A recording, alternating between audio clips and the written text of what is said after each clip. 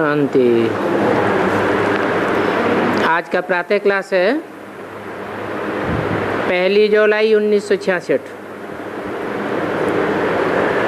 Record चला है नयनहीन को राह दिखाओ प्रभु। रूहानी बच्चों ने गीत सुना,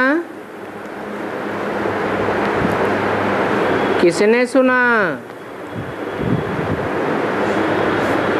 जो रूहानियत से भरे हुए बच्चे हैं उन्होंने गीत सुना। जो नयनहीन हैं, अंधे हैं, हे प्रभु उनको मुक्ति, जीवन मुक्ति का रास्ता दिखाओ। इस शरीर की कर्मेंद्रियों से अर्थात कानों से आत्मा ने सुना, क्योंकि संस्कार कान में नहीं रहते,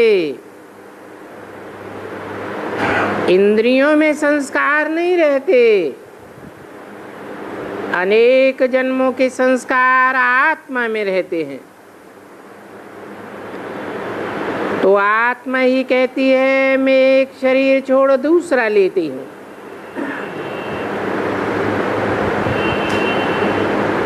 एक शरीर बाड़े का होता है तो दूसरा शरीर मोची का होता है। ऐसे एक शरीर छोड़ दूसरा लेती है।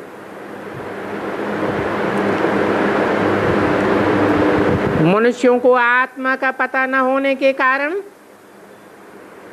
देह अभिमान होता है कि मैं यह राजा बनता हूँ, मैं वो बैरिस्टर हूँ, मैं फलाना हूँ। अभी तुम बच्चे तो देही अभिमानी बने हो। तो बाप बच्चों को समझाते हैं। कौन से बच्चों को समझाते हैं? जो आत्माभिमानी हैं उनको समझाते हैं।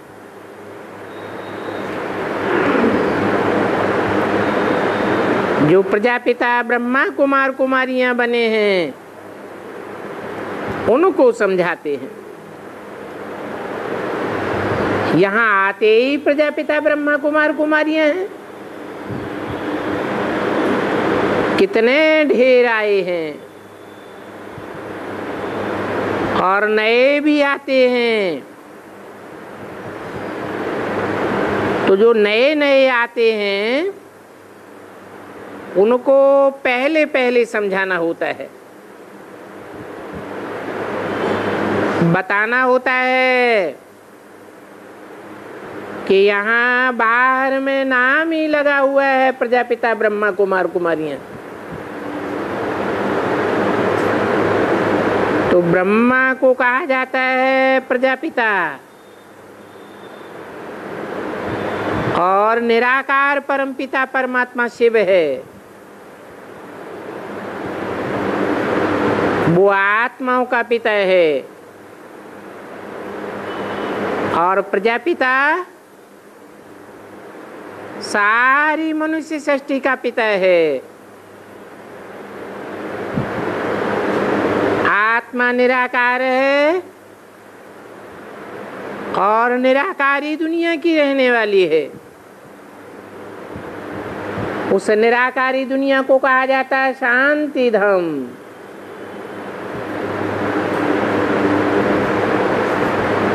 क्यों कहा जाता है निराकारी दुनिया को शांति धाम?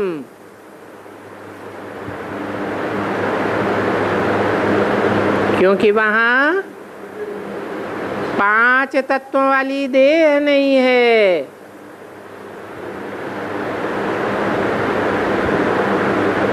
ये देह अभिमानी दुनिया में अशांति होती है।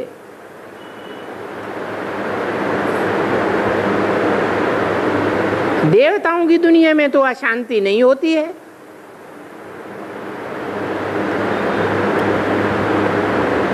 वहां 5 तत्वों की दुनिया नहीं है क्या? दुनिया तो है 5 तत्वों वाली ही है, परंतु वहां आत्माएं सब आत्माभिमानी होती है। देवताएं होते ही हैं आत्माभिमानी, इसलिए वहां शांति भी है तो सुख भी है।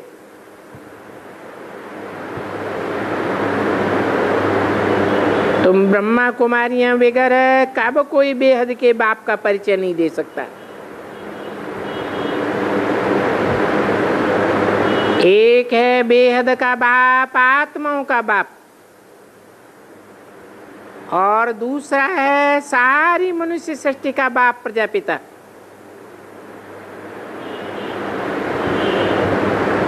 तो दोनों के लिए गाया भी जाता है परमपिता परमात्मा।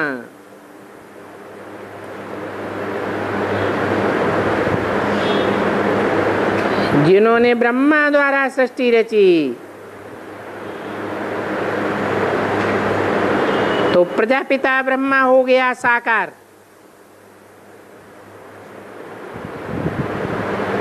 तो ये सृष्टि किसने रची? क्या साकार ने रची?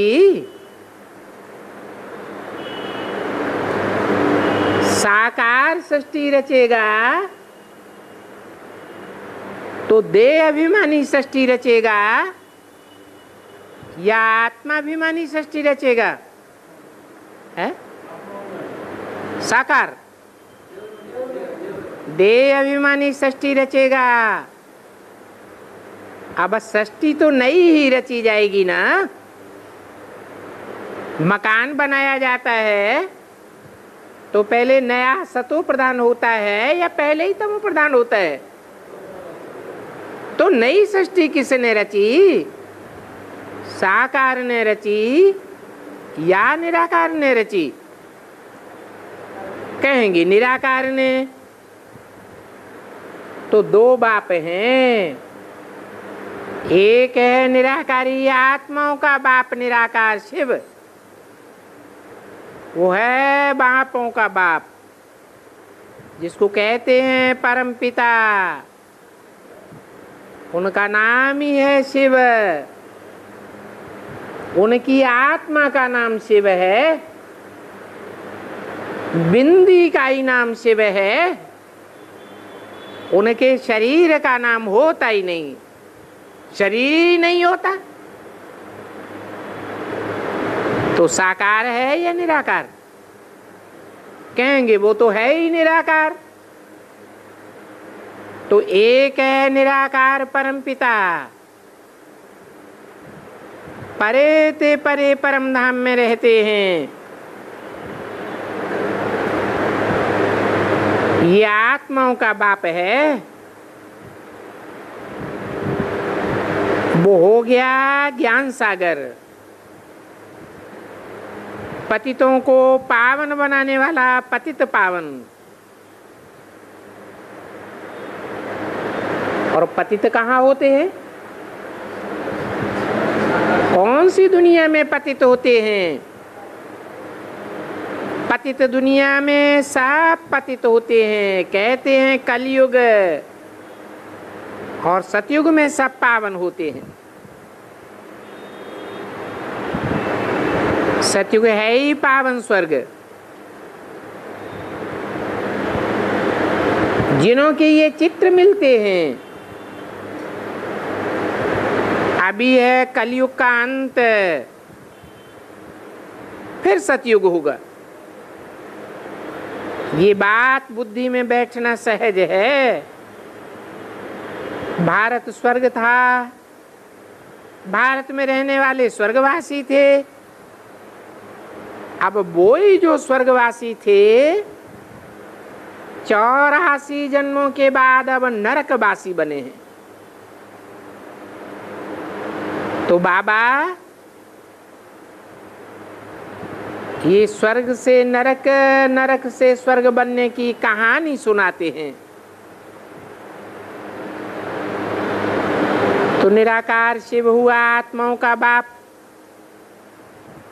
और प्रजापिता ब्रह्मा हुआ सर्व मनुष्य मात्र का बाप। बोर्ड भी लगा हुआ है प्रजापिता ब्रह्मा कुमार कुमारी।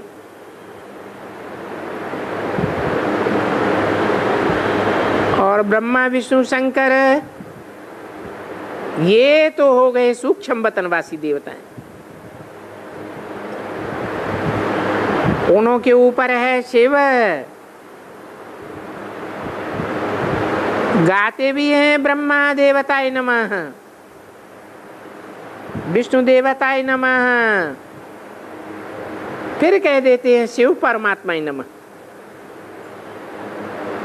तो वो शिव परमात्मा सब आत्माओं का बाप है और वो पारलौकिक बाप है, इस लोक का बाप नहीं है। उनको ही मनुष्य पुकारते हैं हे पतित पावन, हे परमपिता परमात्मा, हे दुख हरता, हे सुख करता, आ करके दुख से लिबरेट करो।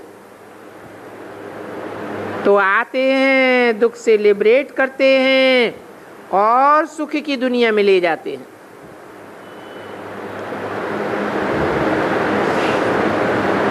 परंतु पुकारा किसने? आत्मा ने पुकारा अपने आर्गन्स के द्वारा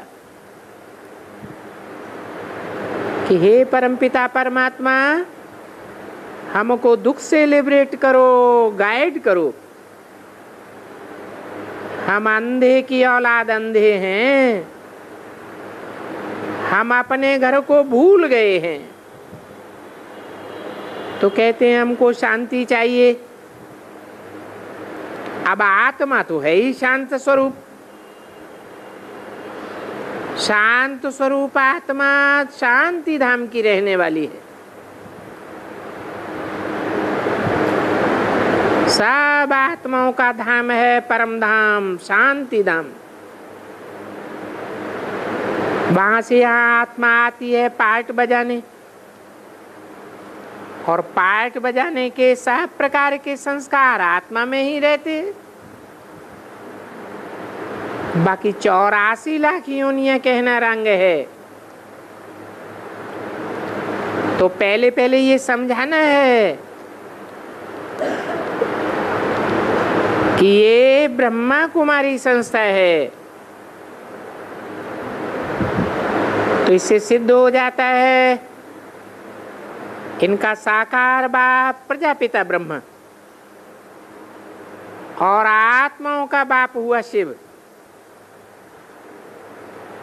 कि ब्रह्मा विष्णु शंकर भी उनके बच्चे हैं। गाया भी जाता है शिव ब्रह्मा द्वारा मनुष्य सृष्टि रचते हैं। इसे साबित होता है कि विष्णु व शंकर द्वारा नहीं रचते। न शंकर को न विष्णु को प्रजापिता कहा जाता है। प्रजापिता ब्रह्मा के तो ढेर बच्चे हैं, देखते भी हो बहुत सेंटर्स हैं। और यहाँ आते ही हैं ब्रह्मा कुमार कुमारियां। तो बताओ ये ब्रह्मा किसका बच्चा हुआ? गाया भी जाता है सबका बाप एक शिव है और हर एक को 2 बाप होते हैं। एक लौकिक बाप और दूसरा पारलौकिक बाप। दुख के टाइम पारलौकिक बाप को ही याद करते हैं। तब कहते हैं पतित पावन आओ। हम आत्माएं जो पतित बन गई हैं उनको आ करके पावन बनाओ। तो आना पड़े ना। किस बात के लिए आना पड़े? पतितों को पावन बनाने के लिए आना पड़े। ऐसे नहीं बुलाते हैं कि आकर के ज्ञान सुनाओ, ज्ञान सुना के चले जाओ। नहीं, किस लिए बुलाते हैं? पतितों को पावन बनाने के लिए बुलाते हैं। बाप समझाते हैं तुम पतित बन गए हो, जरूर कब तुम पावन थे। जो कहते हो ये पतित पावन बाप आओ, क्योंकि बाप ने कोई पतित दुनिया नहीं रची। बाप तो आते हैं भारत को स्वर्ग बनाने के लिए। जब आते हैं तो सौगात लेकर के आते हैं। वो है ही सर्व का सदगति दाता। मनुष्य तो मनुष्य की सदगति नहीं कर सकते। क्यों नहीं कर सकते?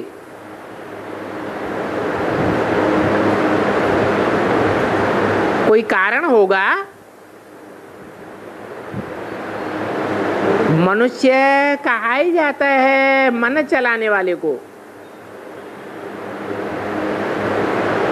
मन चंचल होता है। चंचल मन वाला नई सृष्टि कैसे रचेगा? तो मनुष्य सब चंचल मन वाले हैं। सर्व का सदगति दाता एक ही बाप है, जिनके लिए गाया जाता है एक सदगुरु निरंकार अकाल मूर्त। उनको ही सदगुरु कहा जाता है। बाप आए हैं, कहते हैं मैं सच्चा बाप हूं और सच्चा गुरु हूं, क्योंकि मैं ही सबकी सदगति करता हूं। फिर मैं तुम्हारा टीचर भी हूं।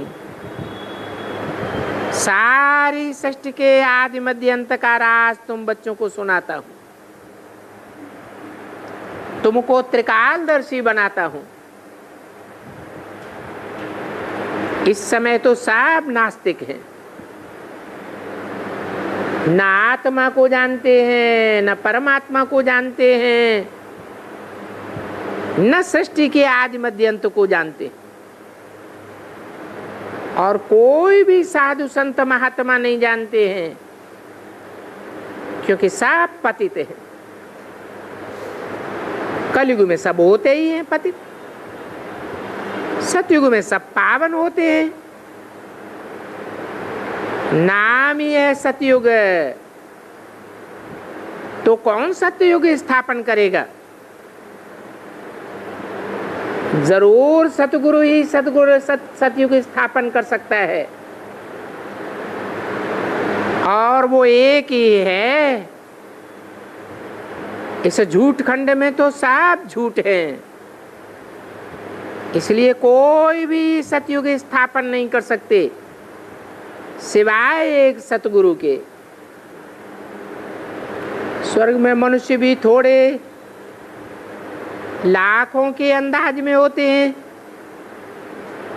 अभी तो इस दुनिया में करोड़ों की तादाद में मनुष्य हैं। सतयुग में तो बिल्कुल थोड़े मनुष्य थे, और कलयुग में अथाह मनुष्य। तो बाप जब आए नई दुनिया बनाते हैं, तो बताओ ये सब आत्माएं कहाँ चली जाती हैं? ये बात भी समझाना है। इस दुनिया में जो करोड़ों की तादाद में आत्माएं हैं, विनाश के समय सब अपना पंच तत्वों का शरीर छोड़ करके शांति धाम में जाए बैठती। बाप जो लिबरेटर है, गाइड है, वो आते ही कलयुग अंत और सतयुग के आदि में है। पतितों को पावन बनाए, आकर सब आत्माओं का हिसाब किताब चुकतू कराते हैं, सब आत्माओं को वापस ले जाते हैं। अब बताते हैं कि सामने मौत खड़ा है, विनाश सामने खड़ा हुआ है। तुम बच्चे तो अभी बाप से बेहद का वर्षा लेने के लिए प्रजापिता ब्रह्मा की संतान बने हो, परमपिता परमात्मा शिव से बेहद का वर्षा लेने के लिए प्रजापिता ब्रह्मा के संतान बने हो ना। परमपिता परमात्मा शिव से बेहद का वर्षा पाने के लिए आए हो। पहले तो तुम सतो प्रधान थे, फिर सतो रजो तमो में आए, तुम्हारे अंदर खाद पड़ गई। सतयुग में गोल्डन एज, फिर सिल्वर एज, फिर चांदी की खाद पड़ी ना। अब तो तुम्हारी आत्मा पतित बन गई है। ये भारत की ही बात है। पहले भारत में ही एक धर्म था और अब भारत में ही अनेक धर्म हैं। तुम जानते हो कि और धर्म तो बाद में आए हैं। ये इस्लामी, बौद्धिक, क्रिश्चियन आदि ये सब बाद में आए। इनसे पहले सिर्फ भारत ही था। उस समय सूर्यवंशी लक्ष्मी नारायण का राज्य था, सारे विश्व के ऊपर इनका राज्य था। लक्ष्मी नारायण और उनकी डायनेस्टी का राज्य था। उन लक्ष्मी नारायण के राज्य में दुख का नाम निशान नहीं था। ऐसे सुखी स्वर्ग का रचयिता बाप है। वो बाप सदैव ही सुख देने वाला है। फिर द्वापर कलयुग आता है तो कहा जाता है रावण का राज्य। ये 5 विकारों रूपी राज्य है। इन लक्ष्मी नारायण आदि देवताओं में 5 विकार नहीं होते हैं। उनको कहते ही हैं संपूर्ण निर्विकारी। वो ही स्वर्ग के मालिक थे। फिर देखो उनको ही 84 जन्म भोगने पड़ते हैं। तो ये 84 का चक्कर है। सतयुग त्रेता के बाद फिर होता है द्वापर कलयुग। अभी संगम है। इस संगम में सबके सामने मौत खड़ा हुआ है। ये वही महाभारत लड़ाई है जो आज से 5000 वर्ष पहले लगी थी, जबकि भगवान ने आकर के राजयोग सिखाया था। ये बात महाभारत में भी लिखी हुई है कि 5000 वर्ष पहले ये महाभारत युद्ध हुआ, परंतु युग का फेर हो गया है। द्वापर के अंत में महाभारत युद्ध दिखाई दिया है। कहते हैं ये युद्ध भगवान ने कराया। अब युद्ध अगर भगवान ने द्वापर के अंत में कराया तो क्या पापी कलयुग की स्थापना कर दी? ये तो हो नहीं सकता। भगवान बाप आए और पाप के युग की स्थापना करके चला जाए तो भगवान को कौन याद करेगा? अभी तुम ब्रह्मा कुमारियां राजयोग सीख रही हो, फिर तुम स्वर्ग में महाराजा महारानी बनेंगी। तो इससे साबित होता है कि ये कोई कॉमन सत्संग नहीं है, ये सत्संग सारी दुनिया को चेंज करने वाला है। यहाँ बाप आते हैं रूहानी पढ़ाई पढ़ाने के लिए, और यहाँ सब प्रजापिता ब्रह्मा कुमार कुमारियां हैं। ये भी जानते हो कि प्रजापिता तो साधारण है, उसके तुम बच्चे बने हो।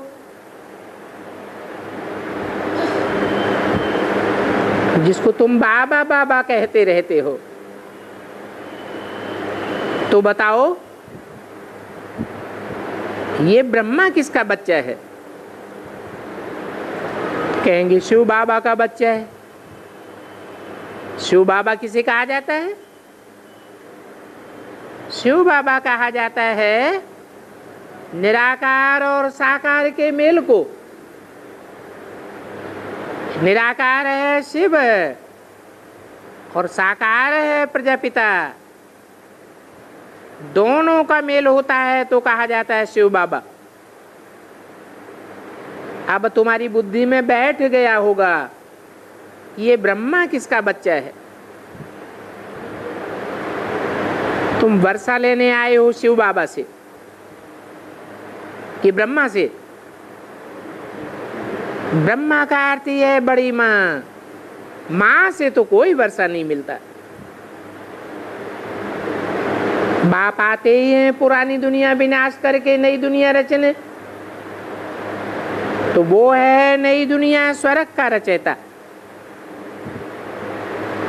पतित दुनिया को पावन बनाने वाला है। पतित कहा जाता है नरकवासी को।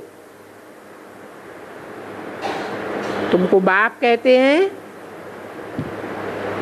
अब गृहस्थ व्यवहार में रहते पवित्र रहना है, अर्थात सन्यासियों में सल गृहस्थी को छोड़ के नहीं जाना है। वो तो गृहस्थी को छोड़ के जंगल में भाग जाते हैं। कहते हैं ये मृत्युलोक है, बाप कहते हैं कि ये मृत्युलोक नरक का अंतिम जन्म है। सब विषय सागर में गोते खाते रहते हैं। इस विषय सागर में सबका जन्म विख से ही होता है। बाप ने भी कहा है ये काम महाशत्रु है। ये काम महाशत्रु तुमको आदि मध्य अंत दुख देने वाला है। शिव भगवान वाच है, वो निराकार है, परंतु निराकार उवाच कैसे करेंगे? जरूर उवाच करने के लिए शरीर चाहिए। तो साकार उवाच है या निराकार उवाच है? अगर कहें निराकार ज्योति बिंदु उवाच है, तो ज्योति बिंदु कैसे बोलेगा? जरूर साकार शरीर के द्वारा बोलेगा, परंतु निराकारी स्टेज में बोलता है तब कहा जाता है भगवान वाच। ऐसे नहीं कि साकार कृष्ण के द्वारा उवाच करता है। गीता में तो लिख दिया है कृष्ण भगवान उवाच, परंतु कृष्ण तो बच्चा है, बच्चा बुद्धि है, उसको भगवान कैसे कहेंगे? तो जरूर शिव बाबा ज्ञान का सागर है, पतितों को पावन बनाने वाला है, शांति का सागर है, पवित्रता का सागर है। ये बाप की महिमा है, ये कृष्ण की महिमा नहीं हो सकती। कृष्ण की महिमा अलग है और बाप की महिमा अलग है।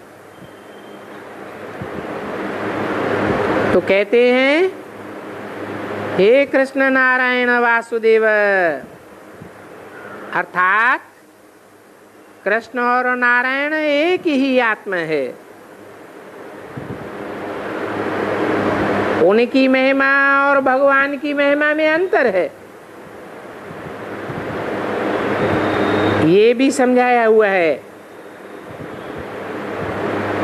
यहाँ इस सभा में कोई भी पतित को आने का हुक्म नहीं है। कब तक हुक्म नहीं है? जब तक पवित्रता को पक्का पक्का पालन करने की प्रतिज्ञा नहीं की है। कहे बाबा हम पवित्र जरूर बनेंगे। पहले हम पुकारते थे पतित पावन बाबा आओ, सो आप आए हो, हमको प्रजापिता ब्रह्मा द्वारा पावन बनाए रहे हो। अब हम पावन बन करके पवित्र दुनिया स्वर्ग का वर्षा अवश्य लेंगे। तो पहले पहले तो ये पूछना चाहिए कि तुम यहाँ आकर के ब्रह्मा कुमार कुमारियां क्यों कहलाते हो? सन shows फादर, फादर shows सन। तो बाप बच्चों को समझाते हैं, बच्चे फिर औरों को समझावे। तुम बच्चे ब्रह्मा कुमार कुमारियां बने हो, तो बाप आत्माओं को समझाते। समझाने वाला बाप है, वो आत्माओं का बाप है। समझाते हैं ब्रह्मा द्वारा। सब आत्माएं ब्रदर्स है, परंतु बच्चे किसके हैं? कहेंगे शिव बाबा के बच्चे हैं। तो शिव बाबा के बच्चे हैं तो आत्मा आत्मा भाई भाई है। फिर ब्रह्मा के बच्चे हैं तो ब्रह्मा कुमार कुमारियां ब्रदर्स और सिस्टर्स हैं। वो ठहरे प्रजापिता ब्रह्मा की संतान। इस समय तुम जानते हो कि हम आत्माएं शिव बाबा के बच्चे सब ब्रदर्स हैं। ये भी जानते हो कि ब्रदर्स को वर्षा बाप से मिलता है, भाई से भाई को वर्षा नहीं मिलता है। गाया भी जाता है सर्व का सदगति दाता एक बाप। तो साबित हो जाता है कि बाकी सब दुर्गति में है। बड़े से बड़े महात्माएं, बड़े से बड़े साधु संत, प्रजापिता से लेकर के A to Z सब पतित हैं, सब दुर्गति में। ये ऋषि मुनि साधु संत सब पतित हैं। एक ही पतित पावन बाप है जो सबको पावन बनाने वाला है। तो बाप आके समझाते हैं, वो लोग गाते हैं पतित पावनी गंगा। अब गंगा कैसे पतित पावनी हो सकती? एक 766 की वाणी का 3रा पेज कहते हैं गंगा त्रिवेणी है। अगर गंगा ही पतित पावनी है तो फिर गाते क्यों हो पतित पावन सर्व का सदगति दाता? अब सदगति दाता एक है या गंगा भी है? अगर गंगा है तो साधु लोग पतित पावन तो नहीं ठहरे। ये गुरु लोग भी जिज्ञासुओं को लेकर के स्नान करने जाते हैं, स्नान करते हैं ना, तो इससे सिद्ध होता है कि गुरु लोग पतित पावन सदगति दाता नहीं है, क्योंकि वो खुद गंगा में स्नान करते हैं, परंतु पत्थर बुद्धि होने के कारण समझ नहीं सकते, जबकि पतित पावनी गंगा है तो वहां आप ही जाए स्नान करें। गुरुओं के साथ जाए स्नान करना तो फालतू हो गया। कोई भी जाए करके स्नान करे और पावन हो जावे। अब और ऐसे भी नहीं है कि खास दिन पर गंगा पतित पावनी होती है, नहीं, गंगा में तो बहुत स्नान करते हैं, बड़े बड़े मेले लगते हैं, परंतु बेचारे मनुष्यों को तो कुछ भी पता नहीं है। पतित पावन है ही एक बाप। जब एक ही बाप पतित पावन है तो फिर ये गुरु करने की क्या दरकार है? ये गुरु साथ तो नहीं ले जा सकते। गुरु चले जाते हैं, चेले यहीं रह जाते, फॉलोअर्स को छोड़ खुद मर जाते हैं। तो बाप समझाते हैं अब बीती सो बीती, वो सब भक्ति का दुर्गति मार्ग है जिसमें गाते भी हैं पतित पावन आओ, आकर के राम राज्य स्थापन करो। परंतु राम राज्य किसको कहा जाता है ये भी किसी को पता नहीं। जब कहा ही जाता है राम का राज्य तो जरूर राम ने ही स्थापन किया होगा, परंतु ये नहीं जानते वो राम निराकार था या साकार था। सतयुग में देवताएं साकार होते हैं, त्रेता में देवताएं साकार होते हैं या निराकार होते हैं? सतयुग में तो जरूर साकार देवताएं होते। देवताएं साकार 5 तत्वों से बने हुए शरीर को साकार कहा जाता है। तो 5 तत्व नीचे गिरने वाले हैं या ऊपर चढ़ने वाले हैं, तमो प्रधान बनते जाते हैं या सतो प्रधानता की ओर जाते हैं? 5 तत्व तो जरूर नीचे गिरने वाले हैं।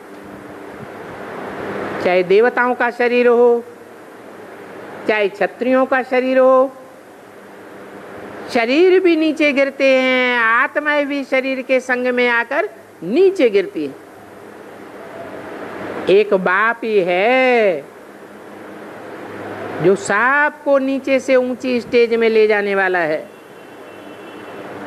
परंतु इस समय मनुष्य सब अंधे की औलाद, अंधे बुद्धिहीन है, क्योंकि उस निराकार बाप राम को ही नहीं जानते।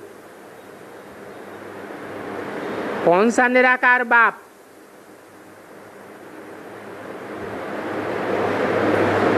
निराकार राम क्यों कहा जाता है? त्रेता युग के राम को निराकार कहेंगे या साकार कहेंगे? है? हाँ, त्रेता में तो देवताएं साकार होते। देवताएं नीची गति में जाते हैं या ऊपर की गति में जाते हैं? सब नीचे की गति में जाते हैं। इससे साबित होता है कि वो तो साकार राम है जिसमें निराकार शिव प्रवेश करते हैं। जिसमें प्रवेश करते हैं वो पतित होता है या पावन होता है? पतित तो राम होता है। उस पतित राम के अंतिम 84वें जन्म में निराकार बाप आकर के उसको पतित से पावन बनाते हैं, आप समान बनाते हैं। जब आप समान बनाते हैं पतित को, तब वो निराकार राम कहा जाता है। तो बुद्धिहीन अंधे हैं क्योंकि बाप को नहीं जानते हैं। कहते हैं ओ गॉड फादर, परंतु वो कब आते हैं और आकर के क्या करते हैं ये कोई नहीं जानते। समझते हैं आकर के ब्रह्मा तन में ज्ञान सुना के चले जाते हैं। क्या ज्ञान ही सुनाने के लिए आते हैं कि पतितों को पावन बनाने के लिए आते हैं? आने का मकसद क्या है? अब तुम तो बाप को जान गए हो। बेहद का बाप मोस्ट बिलीवर्ड है। वो आकर के स्वर्ग रच के स्वर्ग का वर्षा देते हैं। तुम यहाँ आते ही हो पवित्र बनने के लिए। आते हो तो तुम्हारी आत्मा प्रतिज्ञा करती है। ये प्रतिज्ञा करने के संस्कार भी आत्मा में रहते हैं। शरीर तो खत्म हो जाता है। आत्मा एक शरीर छोड़ जाए दूसरा लेती है। इस जन्म में आत्मा बैरिस्टर है।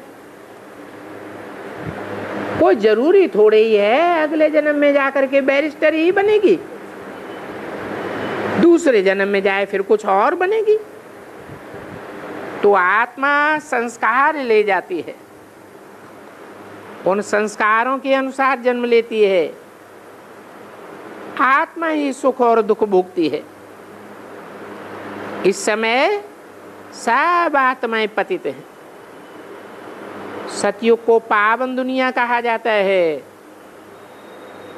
क्यों कहा जाता है पावन दुनिया? क्योंकि सत्य बाप ही आकर के सतयुग की स्थापना करते हैं और वो बाप एवर पावन है। पतित दुनिया में एक भी पावन नहीं होता। वो या पतित मनुष्यों को ही गुरु करते हैं। बाप कहते हैं मैं तो तुमको 21 जन्मों के लिए पावन बनाता हूं। अभी तो रावण का राज्य है। रावण को 20 भुजाएं दिखाते हैं और 10 शीश दिखाते हैं। विष्णु को 4 भुजाएं दिखाते हैं। विष्णु को 4 शीश नहीं दिखाते हैं। क्या मतलब हुआ?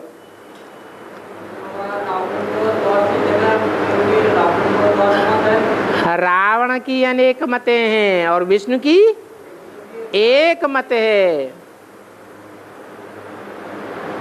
विष्णु को 4 भुजाओं का मतलब है 2 भुजाएं लक्ष्मी की, 2 नारायण की। परंतु ये पता नहीं है किसी को कि भुजा का मतलब क्या है। भुजा का मतलब ये है सहयोगी। सहयोगी आत्मा बनती है। तो भगवान के कार्य में 4 विशेष आत्माएं हैं जो विशेष सहयोगी बनती हैं भुजा के रूप में, और उन भुजाओं को चलाने वाला है भगवान। तो इन बातों को पत्थर बुद्धि नहीं समझ सकते। सब पतित हैं। कलयुग में है पतित पत्थर बुद्धि। सतयुग में होते हैं पावन पारस बुद्धि। और पारस बुद्धि बाप ही बना सकते हैं। ये साधु संत ऋषि मुनि सब कहते हैं हम रचयिता और रचना को नहीं जानते। बाप कहते हैं मेरे द्वारा ही तुम रचयिता और रचना के आदि मध्य अंत को जान सकते हो। मेरे अलावा और सृष्टि में कोई आत्मा नहीं है जो तुमको इन बातों का ज्ञान दे सके। सतयुग से लेकर के कलयुग अंत तक तुम कैसे 84 जन्म लेते हो ये अभी संगम युग में ही तुम जानते हो,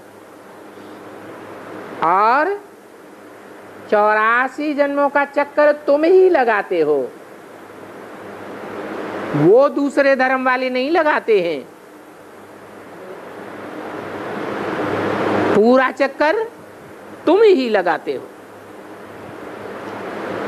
इनका एंड नहीं होता। तो तुम जान गए हो कि 84 लाख जन्म नहीं है, सिर्फ 84 का चक्कर है। इस बात को समझने में बुद्धि भी काम करती है। ये भी जानते हो सतयुग में पहले जो आते हैं वो कितने जन्म लेते होंगे? सतयुग में जो पहले पहले आते हैं वो जास्ती से जास्ती 84 जन्म लेते हैं, और सतयुग अंत में जो आते हैं जरूर कम जन्म लेते होंगे। तो बाप भी तुमको 84 जन्मों का अंत बताते हैं क्या? तुम सतयुग आदि में आते हो या मध्य अंत में आते हो? है तुम आदि में आते हो तो तुमको ही 84 जन्मों का अंत बताते हैं। वो देवताएं जो कच्चे देवताएं हैं, कच्चे ब्राह्मण संगम युग में बनते हैं, वो 84 के अंत को नहीं जानते, तुम जानते हो। तो उनके कम जन्म होते हैं या पूरे 84 जन्म होते हैं? कम जन्म होते हैं। सतयुग में आते हैं या नहीं आते हैं? हैं? सतयुग में तो आते हैं, परंतु कम जन्म लेने के कारण, कच्ची आत्मा होने के कारण द्वापर युग से दूसरे दूसरे धर्मों में कन्वर्ट हो जाते हैं। तो तुम ही पूज्य देवता थे, फिर तुम ही क्षत्रिय बनते हो, वैश्य बनते हो, शूद्र बनते हो। तो भारतवासी जो स्वर्ग में थे वो अब नरक में। तुम जानते हो पहले नंबर में जो पावन लक्ष्मी नारायण थे, कौन थे? पहले नंबर में जो पावन लक्ष्मी नारायण थे वो पहले वाले लक्ष्मी नारायण कौन है?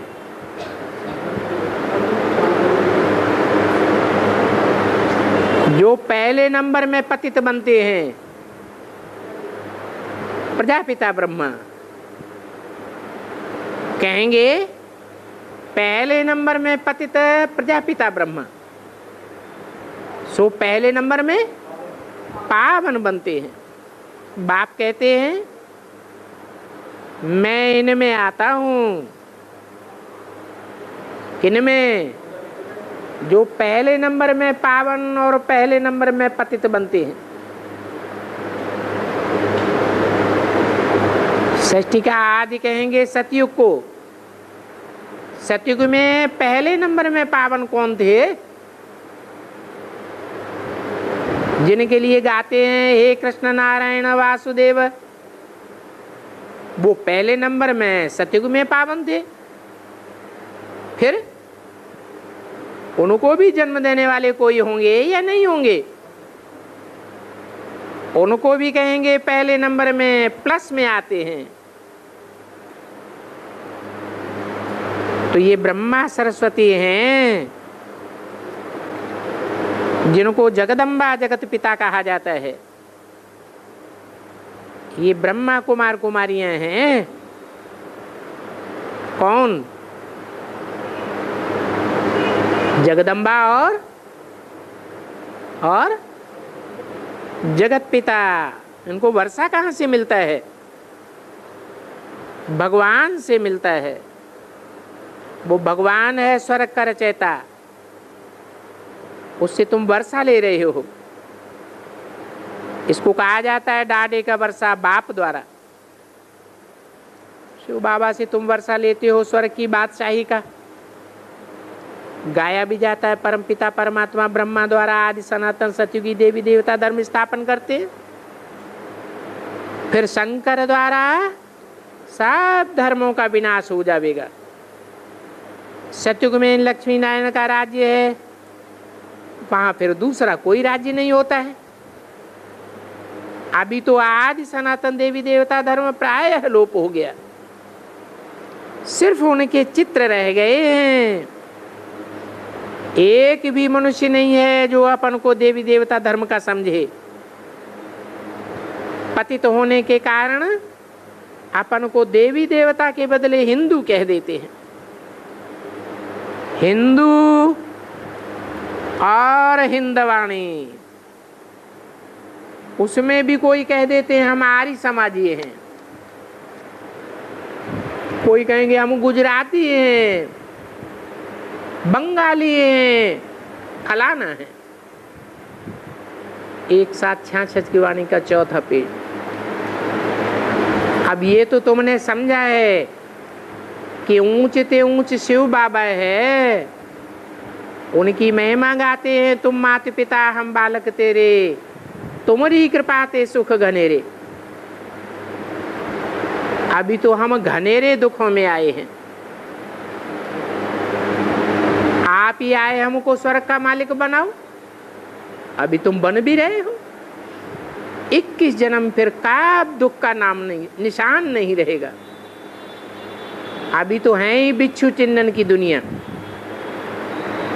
जो एक दूसरे को काटते रहते हैं, हिंसा करते हैं, एक दूसरे पर काम कटारी चलाते रहते, चलाते चलाते पतित बन गए। इसलिए बाप कहते हैं ये काम महाशत्रु है, इसने तुमको आदि मध्य अंत दुख दिया है, अब इस पर जीत पानी है। अर्थात पूरा पवित्र बनना है। यहाँ जो भी आते हैं सब आते ही प्रतिज्ञा करते हैं बाबा अभी हम ये अंतिम जन्म पवित्र बनेंगे, क्योंकि विनाश सामने खड़ा है। ये मृत्युलोक अब मुर्दाबाद होने वाला है। ये महाभारत लड़ाई सामने खड़ी है। तो बाबा हम प्रतिज्ञा करते हैं पवित्र बनकर पवित्र सुख का वर्षा 21 जन्मों के लिए लेंगे। जो प्रतिज्ञा नहीं करते हैं उनको यहाँ आकर के बैठने का हुक्म भी नहीं है। तुम तो हो गए हंस, वो हो गए बगुले। गुरु नानक ने भी कहा है मूत पलीती कपड़ धोए, असंख्य चोर हराम खोर। ये बाप की महिमा में बोला है।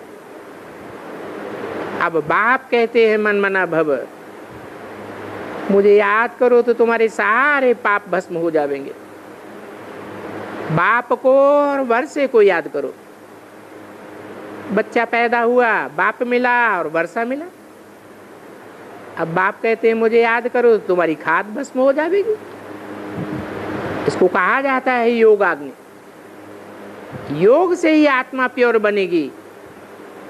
अगर प्योर नहीं होगी तो धर्मराज के डंडे खाने पड़ेंगे। अगर योग बल से विकर्म विनाश करेंगे तो विश्व का मालिक बनेंगे। तो तुम यहाँ आए हो विश्व का मालिक बनने, पाप भस्म करने के लिए। कोई और उपाय नहीं है। बाप कहते हैं अब जज करो मैं राइट हूं या रंग हूं, मैं पतित पावन हूं या गंगा पतित पावनी है। वो पतित पावनी गंगा जिसे तुम पतित पावनी कहते हो वो पानी के सागर से निकली है। गंगा में स्नान करने कितने लाख हो जाते हैं, परंतु पानी से कोई थोड़े ही पावन बन सकता है। ये तो भक्ति का दुर्गति मार्ग है। गाया भी जाता है भक्तों की रक्षा भगवान आकर के करते हैं। अभी भक्ति मुर्दाबाद होनी है। सर्व का सदगति दाता एक बाप है। तुम एक बाप के बच्चे हो। बाप कहते हैं मैं साधुओं का भी उद्धार करने आता हूं। जो पतित होंगे वो जरूर पतित ही बनावेंगे। वो भक्ति के कलयुगी गुरु हैं। मैं आए करके पावन बनाता हूं। और मैं हर 5000 वर्ष के बाद आता हूं, जबकि कलयुग का अंत और सतयुग की आदि होती है। ये संगम का सुहावना युग है। मैं युगे युगे नहीं आता हूं। व्यास ने तो कितने झूठे शास्त्र बनाए हैं। गीता, भागवत, रामायण ये सब झूठे हो गए। सत्य की रत्ती भी नहीं है। इसलिए गाया जाता है झूठी माया, झूठी काया, झूठा सब संसार। व्यास जिसको भगवान कहते हैं, कितने झूठे शास्त्र बनाए दिए। ये शास्त्र सब भक्ति मार्ग के हैं। उनको इस ज्ञान का क्या पता? रचयिता और रचना के आदि मध्य अंत का ज्ञान तो तुमको मिलता है, जिस ज्ञान से तुम देवी देवता बन जाते हो। तुम ब्राह्मण ही त्रिकालदर्शी बनते हो, फिर स्वर्ग के मालिक बनते हो। ये कोई गावड़ू सत्संग नहीं है। वो तो नाम रख देते हैं सत्संग, परंतु सत्य तो सुनाते ही नहीं है। ये तो बाप समझाते हैं। सन्यासी आदि कोई भी सदगति नहीं कर सकते। जानते हो सतयुग में होती है 16 कलाएं सम, त्रेता में 14 कलाएं, द्वापर में 8 कलाएं रह जाती हैं। तो दुनिया नीचे गिरती जाती है या ऊपर जाती है? दुनिया तो नीचे ही गिरती जाती है। तो गिरने का कारण कौन बने? सीढ़ी नीचे क्यों उतरते गए? सतयुग से नीचे कलयुग में सबको गिरना ही है। फिर अंत में बाप आए सबकी सदगति करते हैं। परंतु ये बात पूरी वो ही समझेंगे जो पूरी प्रतिज्ञा करेंगे, पवित्र ही समझ सकेंगे। पतित बने तो फिर नॉलेज सारी बुद्धि में से उड़ जाएगी। बाप को याद करे। सोने का बर्तन बने तब धारणा होगी। फिर अगर विकार में जाए, काला मुंह किया, तो बाप कहते हैं चढ़े तो चाखे अमृत रस, गिरे तो चकनाचूर हो जाएंगे। ब्राह्मण कुल को कलंकित कर दिया।